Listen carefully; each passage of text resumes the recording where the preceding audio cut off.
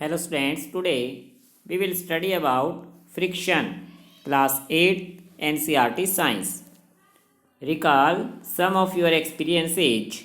A ball rolling along the ground gradually slows down and finally comes to rest. कि student याद करो अपने experience को जब आप बॉल खेलते हैं और बॉल को ग्राउंड में रोल करते हैं तो धीरे धीरे क्या होती है, बॉल की स्पीड डिक्रीज होती जाती है और फाइनली लास्ट में बिल्कुल वो रेस्ट पोजीशन में आ जाती है. When we stop pedalling a bicycle it gradually slows down and finally comes to a stop. और जैसे आप बाइसिकल के पैडल लगाने बंद कर देते हो तो साइकिल की जो स्पीड है धीरे धीरे कम हो जाएगी, स्लो हो जाएगी और फाइनली लास्ट में क्या होगा, साइकिल एक सिचुएशन पर जाकर रुक जाती है, स्टॉप हो जाती है. ए कार और a scooter also comes to rest once its engine is switched off. Similarly, a boat comes to rest if we stop rowing it.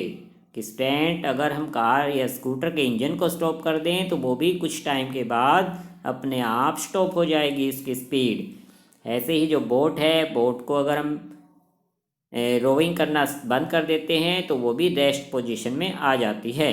Can you add some more such as experiences. आपको ऐसे कुछ और भी experiences होंगे student जिन्हें आप ध्यान कर सकते हैं, इस लिस्ट में ऐड कर सकते हैं कि ऐसा क्यों हो रहा है स्टूडेंट, कि स्पीड डिक्रीज होकर स्टॉप क्यों हो रही है. In all these situations no force appears to be acting on the objects. कि हमें ऑब्जेक्ट पर कोई फोर्स से अप्लाई होता दिखाई नहीं दे रहा है. yet their speed gradually decreases and they come to rest after some time. जबकि स्पीड धीरे धीरे डिक्रीज होकर बिल्कुल रेस्ट पोजीशन में आ जाता है object. What causes a change in their state of motion. So students यहाँ पर क्या रीजन है कि ऑब्जेक्ट का स्टेट ऑफ मोशन चेंज हो रहा है. यस कि यहाँ पर हम फ्रिक्शन फोर्स को देख सकते हैं. Could some force be acting on them.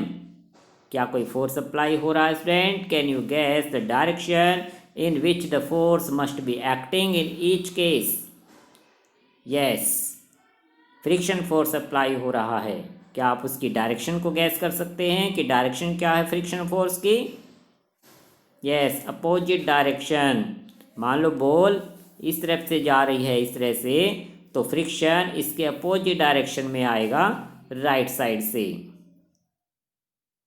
So students, object की जो डायरेक्शन होगी ठीक उससे अपोजिट डायरेक्शन में फ्रिक्शन फोर्स अप्लाई होता है.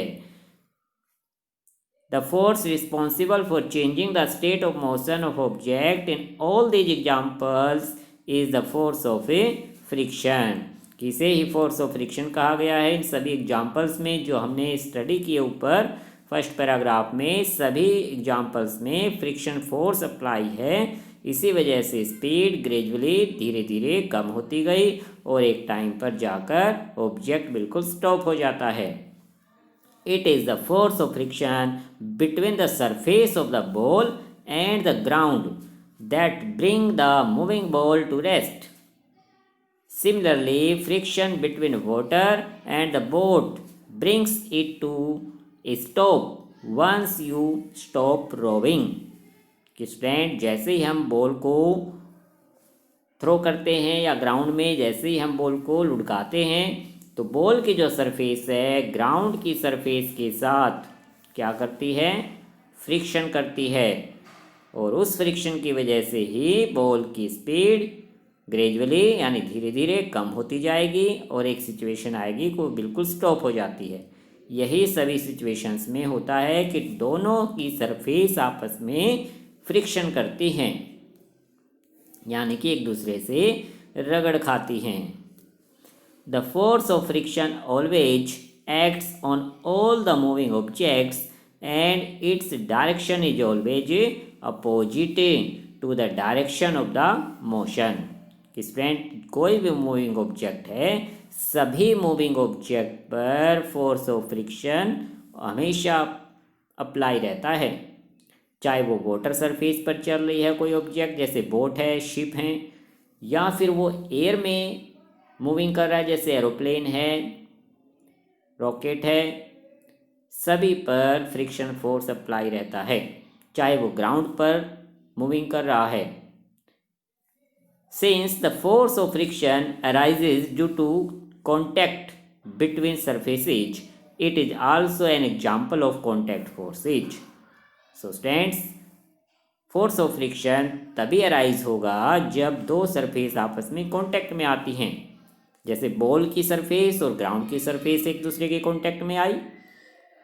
बॉल को अगर हम एयर में थ्रो कर रहे हैं तो बॉल की सरफेस और एयर की जो सरफेस है, एयर के साथ भी उसका फ्रिक्शन होगा, तो कांटेक्ट में आने से फ्रिक्शन फोर्स से एक्सर्ट होता है, प्रोड्यूस होता है, अराइज होता है, इसलिए इसे कांटेक्ट फोर्स कहा गया है। और ये हमेशा अपोजिट डायरेक्शन में होता है, जिस डायरेक्शन से कोई मूविंग ऑब्जेक्ट आता है ठीक उससे अपोजिट डायरेक्शन में फ्रिक्शन फोर्स से अप्लाई रहता है। You will learn more about this force in chapter 12। Chapter 12 में हम फ्रिक्शन फोर्स के बारे में और ज़्यादा सीखेंगे। You may be wondering whether it is essential for the agent applying a force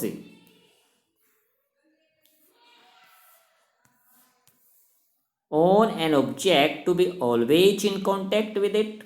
कि आपको जानकर स्टूडेंट ये आश्चर्य होगा कि क्या हमेशा ही फोर्स को एक्सर्ट होने के लिए ऑब्जेक्ट के हमेशा ही कांटेक्ट में आना पड़ता है या नहीं।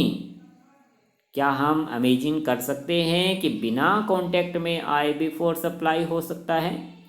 Late us find out. इसी का पता लगाना स्टूडेंट आज आपको फ्रिक्शन फोर्स को स्टडी करना, रिवाइज करना, जो कि एक कांटेक्ट फोर्स है। लास्ट टाइम हमने कांटेक्ट फोर्स पढ़ा था जिसका क्या नाम था? Yes, muscular force. तो muscular force and friction force दोनों को रिवाइज करना, दोनों ही क्या है? Contact force. और आगे पता लगाना क्या ऑब्जेक्ट के कांटेक्ट में हमेशा ही आना पड़ेगा फोर्सेज को। पैराग्राफ 11.7 को स्टडी करके कि नॉन कांटेक्ट फोर्सेज भी होते हैं, इनको अप्लाई होने के लिए ऑब्जेक्ट के कांटेक्ट में नहीं आना पड़ता, इसलिए इनको नॉन कांटेक्ट फोर्सेज कहा गया है। ये 3 टाइप्स के होते हैं, मैग्नेटिक फोर्सेज, और 2 टाइप्स होती हैं, ग्रेविटेशनल फोर्स है, इलेक्ट्रोस्टैटिक फोर्स है। ये नॉन कॉन्टैक्टिक फोर्सेज है, इनके बारे में एक बार जरूर रीड करना ताकि नेक्स्ट टाइम आप इन्हें अच्छे से समझ सको। Okay student, thank you.